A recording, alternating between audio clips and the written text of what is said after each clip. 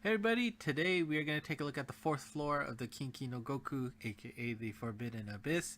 And the gimmicks here are basically all of the main ones. We got damage walls, mines, warps, and gravity barriers. And both of the mines and damage walls do 40k damage, so you can't ignore them. Warps and gravity barriers are everywhere, you can't ignore them. And if you try to look up a monster that has all four, there is none. However, there is a way to get around that, and that is the all-null strike shots. So you're going to have to find monsters that have that, preferably with the 8-turn cooldown, and that's actually an interesting way to get those monsters to shine that they normally wouldn't before. So Ajisai here in her Evo form is my first character, and if you do end up using her, make sure you don't clear the stage on the first shot, because you will screw yourself. Because, actually, let's go to this page. Damage walls, gravity barriers, mines, and warps will show up on every single turn, with exception to the first floor. I think that happens on the second floor if you leave the coupons up. But, in exchange, an hourglass will spawn every turn, and you want to make sure to collect enough strike shots such that you can guarantee your strike shot is usable. The other thing you want to worry about is that if you have monsters such as Kuchulain here, in my party, that has a 12-turn cooldown on their strike shot, you actually want to avoid clearing a stage with them, because that first turn no hourglasses will show up, so they will be one turn off from being maxed out, because your main goal should be picking up hourglass. And if you pick up an hourglass every turn, by the time it becomes Kuchulain's turn with that 12-turn cooldown, she should be able to have her strike shot up there. The next person on my team is Benzai 10. She is in the second slot. Again, 8-turn cooldown on her all-null strike shot. Kuchulain, like I said earlier, has a 12-turn cooldown, so you have to be a little bit careful about when you clear the stage. Basically, do not clear the stage with her. And my friend slot is one more Benzai 10. So yeah, it's basically being able to make sure that you can pick up enough strike shots, or sand timers, hourglasses, to have your strike shots up, then taking down all the monsters with the blue skulls, because that blue skull or green skull will defense down the boss. And once you have that, then it's pretty easy to clear the stage, assuming your strike shot is up. So basically, you always want to point yourself in a way such that you pick up the hourglass. I mean, yes, clearing the stage is important, but you know, if you don't get the hourglass, you are not going to have your strike shots up. You're not going to survive. Game over. So just make sure you always take a look at where that hourglass is. There is guaranteed at least one spawning every turn. If you take a little bit too long, then they will start putting additional sand timers out. I do believe if it's not the boss stage, every 3 turns, a pair of hourglasses will show up, and when you are starting the boss stages, it will increase to every 4 turns. So it's somewhat nice in terms of the spawn rates. I mean, it is essential to this quest, right? Because if you don't pick it up, you're not gonna have the strike shot, and since no monster can handle all of these abilities, and that's, like, the gravity barriers are huge, the warps are everywhere. The mines and damage walls do 40k damage each. I mean, there's even ability locks, I guess, just in case there was a situation where that would happen. Or maybe you think you can get around maybe 2 of the gimmicks. Just another way to make sure to force you to use your strike shots.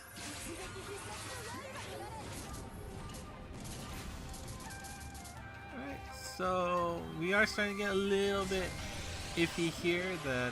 One of those 3s is going to be a pretty harsh attack, so we want to clear somewhat soon. So picking up the double hourglasses will help out Kuchulain for sure.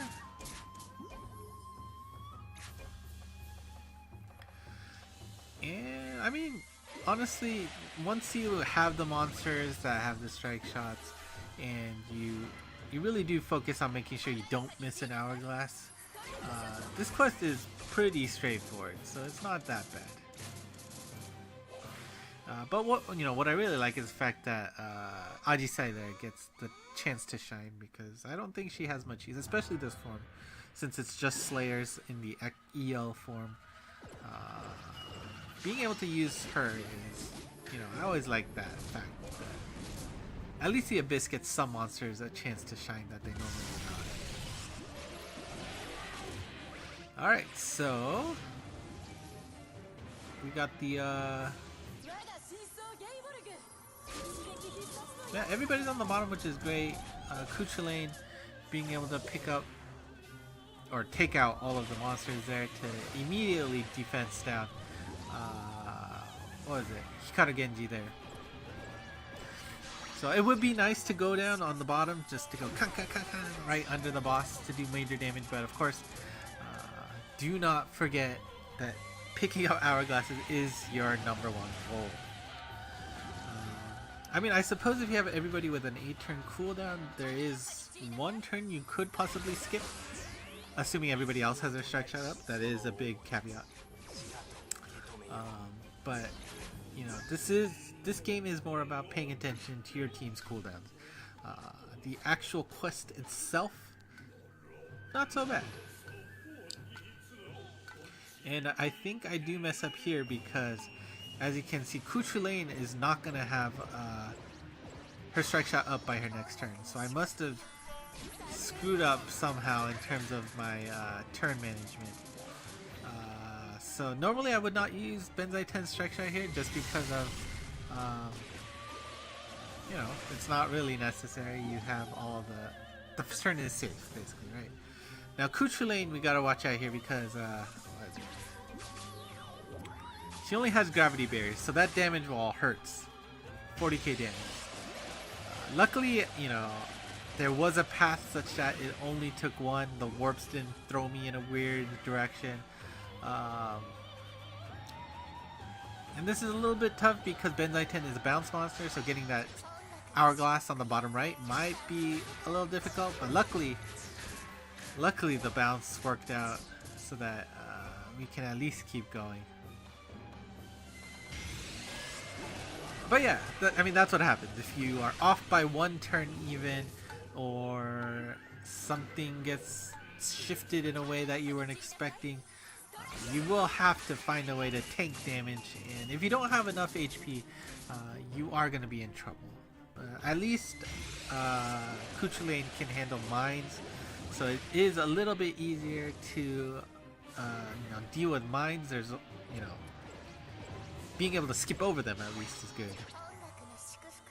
But the damage walls are pretty rough. As you can see, they are in an L shape. I think most of the time. I don't think they're in parallel situations much.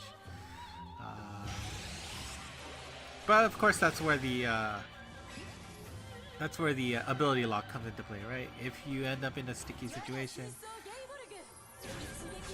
that ability lock can make things even worse. But you know, with Kuchulain being able to pick up the mines and use that Minesweeper XL ability, at least the quest goes by a little faster. It does at least make up for the fact that she has a 12-turn cooldown.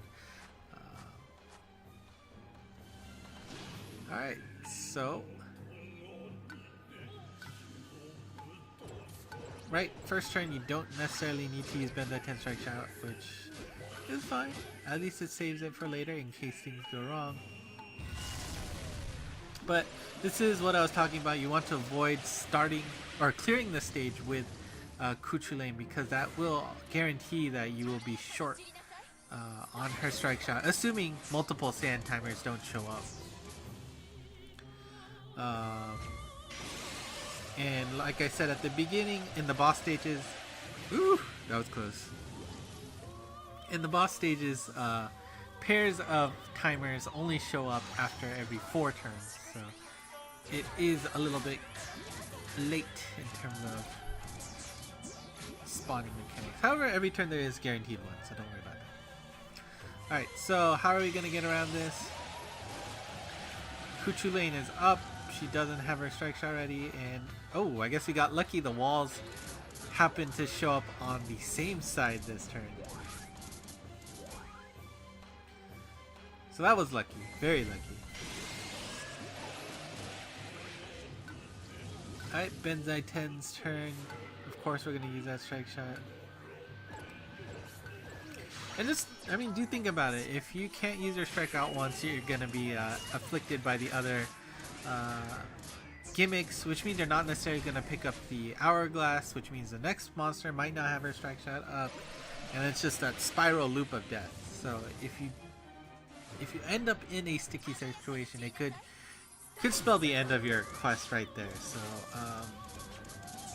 it's not easy by any means, but of the quests in the Abyss, it is definitely the easier one of them. So I actually think I did this in one shot. No, I definitely died at least once, but the death count on this stage was very much on the low side compared to the others, for sure. And we get that awesome music, so we know we're almost done. Probably trying to see if I can, what's the ideal mine passive. I guess it probably doesn't matter having all those mines and taking out Hikaru Genji there for the 4th floor of the Kinki no Goku. And yeah, interesting stage for sure. Being able to showcase the all-null strike shots is always nice, but given the reward was only a insta ascend Charl, I guess, whatever. Again, make sure to check out me and SF's Twitter account at engmonst. We try to keep the latest and greatest news for you there. If you care about my channel, ScottNackYT is there, and I guess to subscribe, that red button below. Look forward to floor 5. Is that right? Yeah, floor 5 coming up tomorrow, assuming nothing bad happens. So until then, thank you for watching. Bye bye.